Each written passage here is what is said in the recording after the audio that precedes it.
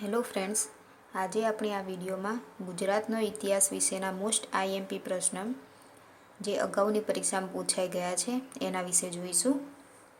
પ્રશ્ન 1 છે, ડભોઈના દુર્ગની રચનામાં મહત્વનો ભાગ ભજવનાર રાજવી કોણ હતો?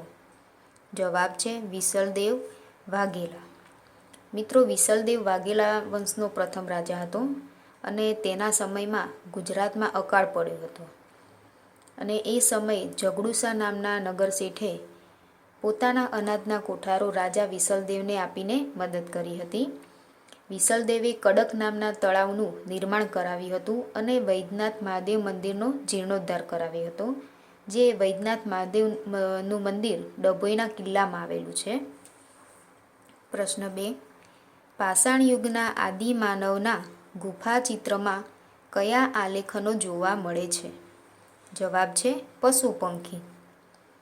પ્રશ્ન 3, વીર સાવરકરની સ્મૃતિમાં દર વર્ષે કયા સ્થળે અખિલ હિન્દ દરિયાઈ તરણ સ્પર્ધા યોજાય છે? જવાબ છે ચોરવાડ. પ્રશ્ન 4, હેડિયા વેરાની સામેની લડત કયા નામે ઓળખાઈ હતી? જવાબ છે બોરસદ સત્યાગ્રહ.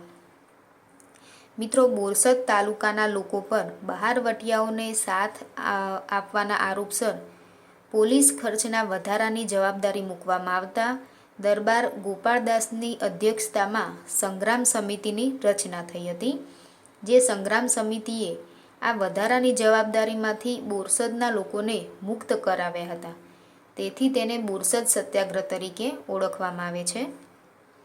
પ્રશ્ન 5, ગુજરાતમાં નિર્માણાધીન ક્રાંતિ તીર્થ સાથે કોનું નામ જોડાયેલું છે? જવાબ છે શ્યામજી કૃષ્ણ વર્મા. મિત્રો, આ વિડીયો જો તમને પસંદ પડતો હોય તો લાઈક કરજો અને વધુ સાહિત્ય મેળવવા માટે ઈમેલ કરો icangetjob@gmail.com પર.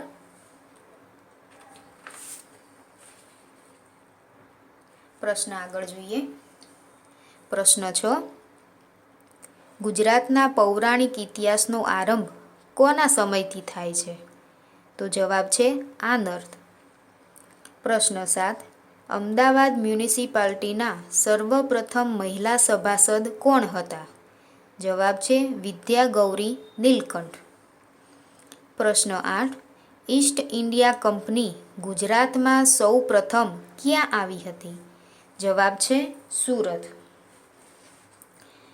મિત્રો, સૌપ્રથમ ભારતમાં પોર્ટુગીઝ પ્રજા વેપાર કરવા આવી હતી અને તેમને મળેલી સફળતાથી પ્રેરાઈને હોલેન્ડના ડચ અને ડેનમાર્કની પ્રજા પણ ભારતમાં વેપાર કરવા માટે આવી હતી. ઇંગ્લેન્ડના વેપારીઓએ ભારત સાથે વેપાર કરવા ઈસ્ટ ઇન્ડિયા કંપનીની સ્થાપના કરી. ઈસવીસન 1600માં ઇંગ્લેન્ડના રાણી એલિઝાબેથે તેમને પૂર્વના દેશો સાથે વેપાર કરવાની પરવાનગી આપી. તેથી કપ્તાન વિલિયમ હોકિન્સની આગેવાની હેઠળ તેઓ સુરત આવ્યા, પરંતુ ફિરંગીઓના વર્ચસ્વ અને વિરોધના કારણે તેમને વેપાર કરવાની પરવાનગી મળી નહોતી. આખરે તેમણે મુગલ બાદશાહ જહાંગીરની પરવાનગી લઈ સુરતમાં બ્રિટિશ ઈસ્ટ ઇન્ડિયા કંપનીની પ્રથમ કોઠી ઈસવીસન 1613માં સ્થાપી હતી. પ્રશ્ન 9 છે, શ્રીમદ હેમચંદ્રાચાર્યના ગ્રંથનું કયા રાજવીએ જાહેર સન્માન કર્યું? તો જવાબ છે સિદ્ધરાજ જયસિંહ. પ્રશ્ન 10, કુમાર સુસાન કયા રાજ્ય સાથે સંકળાયેલા હતા? જવાબ છે મગધ. પ્રશ્ન 11, ગુજરાત શબ્દ કયા શબ્દ પરથી બદલાઈને બન્યો છે?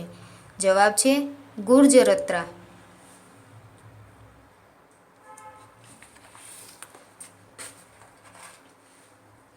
પ્રશ્ન આગળ જોઈએ. પ્રશ્ન 12 છે, સોલંકી વંશના કયા રાજવીએ ભીલ સરદારને હરાવીને ત્યાં કર્ણાવતી નામે નગર વસાવ્યું હતું?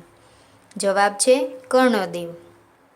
મિત્રો, કર્ણદેવ વાઘેલા એ છેલ્લો હિન્દુ અને રજપૂત રાજા હતો, તેમજ વાઘેલા વંશનો પણ તે છેલ્લો રાજા હતો.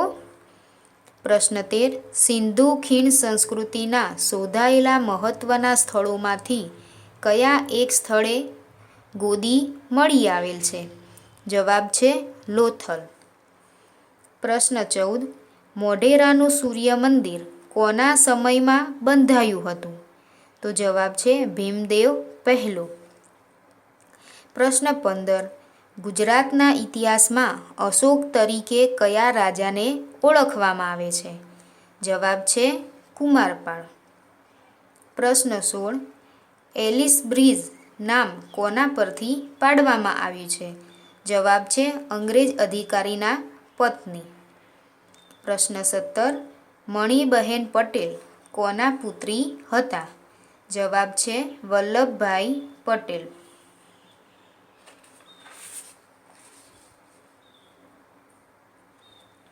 પ્રશ્ન આગળ જોઈએ. પ્રશ્ન 18. પ્રથમ ગુજરાતી વર્તમાનપત્ર મુંબઈ સમાચાર કયા વર્ષથી શરૂ થયેલ? જવાબ છે ઈસવીસન 1922. પ્રશ્ન 19. પ્રાચીન કાળમાં ગુજરાતનો કયો પ્રદેશ આનર્ત ક્ષેત્રના નામે ઓળખાતો હતો? તો જવાબ છે ઉત્તર ગુજરાત. પ્રશ્ન 20. 1938માં સુરત જિલ્લાના હરિપુરામાં કોના અધ્યક્ષ પદ હેઠળ કોંગ્રેસનું 51મું રાષ્ટ્રીય અધિવેશન યોજાયું હતું? જવાબ છે સુભાષચંદ્ર બોઝ. પ્રશ્ન 21. ગુજરાતમાં ફરજિયાત પ્રાથમિક શિક્ષણ દાખલ કરનાર કયા રાજા હતા? જવાબ છે સયાજીરાવ ગાયકવાડ. પ્રશ્ન 22. સિદ્ધરાજ જયસિંહે સહસ્ત્રલિંગ તળાવના કાંઠે કયું મંદિર બંધાવ્યું હતું? જવાબ છે સૂર્ય મંદિર. મિત્રો, સિદ્ધરાજ જયસિંહે પાટણમાં સહસ્ત્રલિંગ તળાવની રચના કરાવી હતી અને આ તળાવના કિનારે 1008 શિવાલય બંધાવ્યા છે. પ્રશ્ન આગળ જોઈએ. પ્રશ્ન 23. વિનોદ કિનારીવાલા 1942ની હિંદ છોડો ચળવળ દરમિયાન કઈ તારીખે શહીદ થયા હતા? જવાબ છે 9મી ઓગસ્ટ 1942.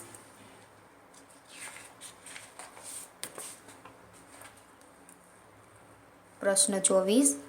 ગુજરાતના સુલતાન અહમદ શાહે વસાવેલ શહેર અહમદનગર આજે કયા નામથી ઓળખાય છે? જવાબ છે હિંમતનગર. પ્રશ્ન 25.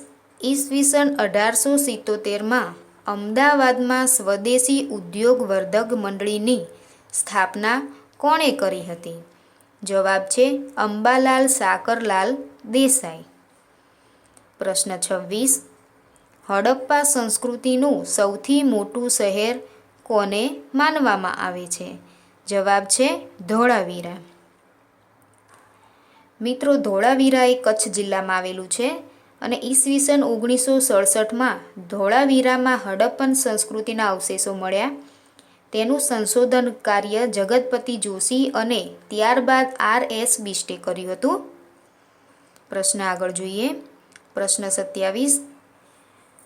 ગુજરાતમાં સશસ્ત્ર ક્રાંતિના પ્રણેતા કોણ હતા? જવાબ છે અરવિંદ ઘોષ. પ્રશ્ન 28. વલભી કયા ધર્મનું મોટું કેન્દ્ર હતું? જવાબ છે જૈન ધર્મ. મિત્રો, વલભી વિદ્યાપીઠની સ્થાપના ઘરસેનના સમયમાં થઈ હતી અને હ્યુએન સંઘે ધ્રુવસેન બીજાના શાસનકાળમાં ગુજરાતની મુલાકાત લીધી હતી. હર્ષવર્ધને તેની પુત્રીના લગ્ન ધ્રુવસેન બીજા સાથે કરાવ્યા હતા અને ધ્રુવસેન પ્રથમના સમયમાં જૈન ધર્મના ગ્રંથો લિપિબદ્ધ થયા હતા. પ્રશ્ન આગળ જોઈએ. પ્રશ્ન છે 29. સોલંકી વંશનો અંતિમ રાજા કોણ હતો? જવાબ છે ત્રિભુવનપાળ. પ્રશ્ન 30. જય શિખરી ચાવડાનું નાનું રાજ્ય કયું હતું? જવાબ છે પંચાસર.